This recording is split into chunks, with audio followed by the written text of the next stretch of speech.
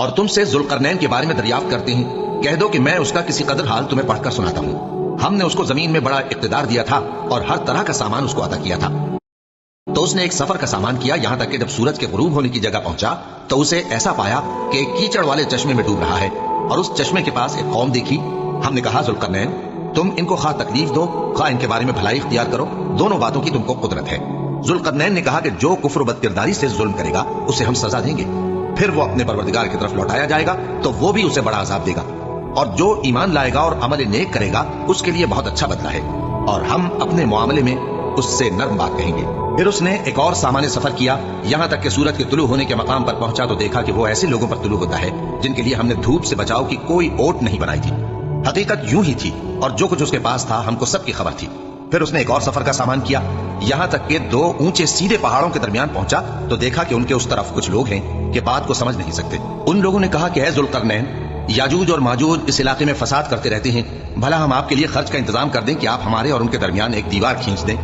ذوالقرنین نے کہا کہ خرچ کا جو مقدور اللہ نے مجھے بخشا ہے وہ بہت اچھا ہے، تم مجھے قوت بازو سے مدد دو، میں تمہارے اور ان کے درمیان ایک مضبوط رکاوٹ بنا دوں گا۔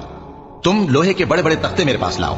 چنانچہ کام جاری کر دیا گیا، یہاں تک کہ جب اس نے دونوں پہاڑوں کے درمیان کا حصہ برابر کر دیا اور کہا کہ اب اسے دھوکو، یہاں تک کہ جب اس کو دھونک دھونک کر آگ کر دیا تو کہا کہ اب میرے پاس تانبا لاؤ کہ اس پر پگھلا کر ڈال دوں۔ پھر ان میں یہ قدرت نہ رہی کہ اس پر چڑھ سکیں، اور نہ یہ طاقت رہی کہ اس میں نقب لگا سکیں۔